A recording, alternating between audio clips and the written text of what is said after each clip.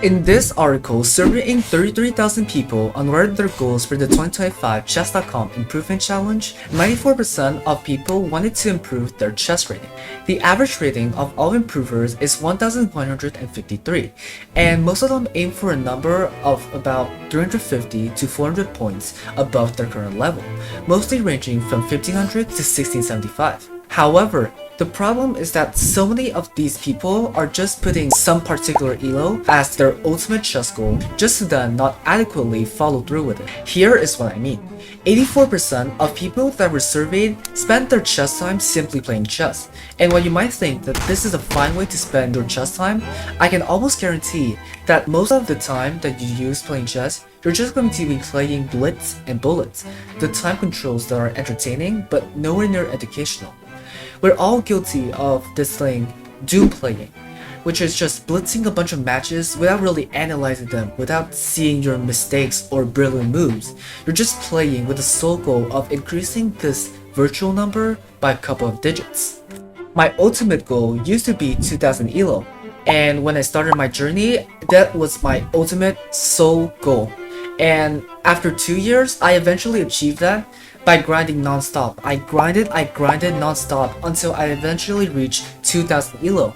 And there are a plethora of videos that talk about how you can reach 2000 in 2 years or maybe 2200 in 2.5. And while I would love to make a video on how to reach this amazing milestone, the truth is, the only thing that I learned is that I got this rating because I grinded an absurd amount of games. And because of that, I strained my relationship with chess as a whole. And even though I got to 2000, I didn't have a 2000 elo strength. I was just simply holding against these much stronger players because I knew how they played. And I feel like this significantly hindered my chess. This is because I didn't actually know what my exact goal was. I just set a rating goal and I went with it. But it doesn't have to be that way. You can make your relationship with chess so much more healthy, achieve your desired goals way faster and more efficiently, and essentially revolutionizing chess improvement as a whole. Alright, that's probably clickbait, but my entire point is, you should reassess your chess goals. I read this Chessable blog post written by Kamryn, an adult improver who learned chess from scratch and got to 2000 in 2 years. And at the end of the blog, she posted an image of all of the chess goals that she made for this year, and I think it is an excellent template on how your goals should look like. Notice how I say goals in the plural form and not singular, because the mistake that most of us, including me, are making is that we're only using a singular threshold as our goal, when the correct approach is to set multiple goals. You should set 3 goals. The first is the entire topic of this video, what I just talked from start, which is a performance goal, also called a rating goal. You should be adequate with what goals you want to set. I usually set a goal of 100 to 200 elo above my current rating, and I make it clear what rating do I want to achieve for each time control. This year, I'm aiming for 2200 for all 3 major time controls, as my peak for those at the end of the year was around 2100. However, if we set this goal as the sole goal that we will chase, the relationship between us and chess will soon become distressed as we become more and more obsessed with virtual numbers. Chess is not just about this elo, and if you make chess all about this single number, then you will soon encounter a lot of tilts. You will soon play chess mindlessly, tilts become unbearable, and you'll sooner or later— What?! How? Why? How is he so smart?! really hate chess. You need to set another goal, a learning goal. What a learning goal is it's asking you questions on what concepts of chess are you going to learn. Perhaps you want to learn a new opening, or attacking patterns, or endgames. Whichever part of chess that you're having trouble with, you're going to want to learn it and you're going to want to set it as a learning goal. Or perhaps you want to finish reading a chess book, as it is shown in this image. Now, my learning goals for this year is to read at least 3 books.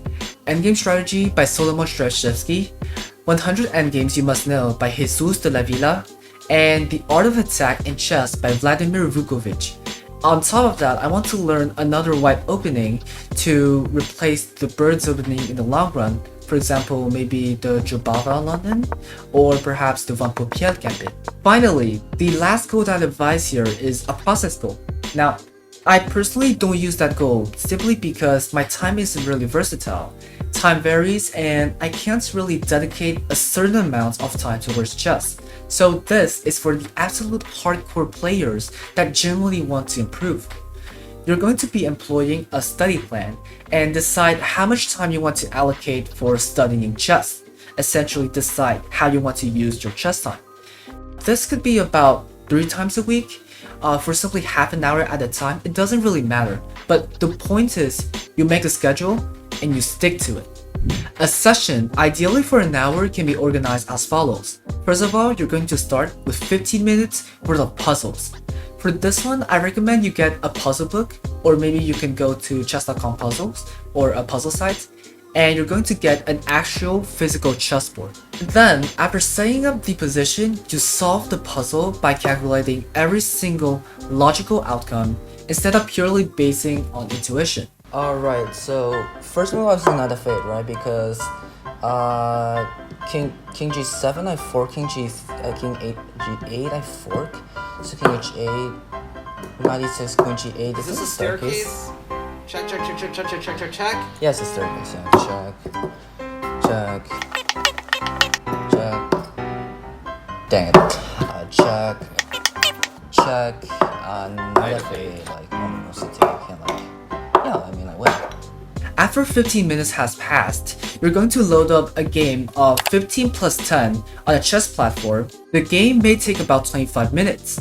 So finally, for the remaining 20 minutes, analyze the game. Firstly, 10 minutes without the engine. Analyzing engineless permits you to be brutally honest with yourself. There will be no such thing as look, I saw rook a4. I just didn't like it. This allows you to see when you did you start winning or losing completely by yourself, and it will also help you better your evaluation. For the remaining 10 minutes, now this is when you can get assistance from an engine, for example Stockfish. And Stockfish will help you verify your annotations and see what actually went wrong. The point of this is to actually get you to analyze your games. If you win that game, analyzes, chances are you didn't really play a flawless game, and there will be still some bumps that you can work on. If you lose, see what went wrong. Did you forget this particular line of an opening? Did you forget this tactic? This trade worsened your position. Remember this rule of thumb. I didn't see it is a completely unacceptable accuse. You have to dig deep to understand your blunders. By just reassessing your chess goals, you went from playing chess purposelessly and you turned it into a full-on program that you can stick to. And I can guarantee you that improvement will not be immediate, but it will definitely be drastic. Hi, editor here. I just realized what the meaning of the word drastic was. I meant to say significant, but you get the entire point. I am also here, and if you want to ask me about any questions, you can come to Ask Coach or the community on the Improvers Forum. I will put a link in the description. Thank you for watching.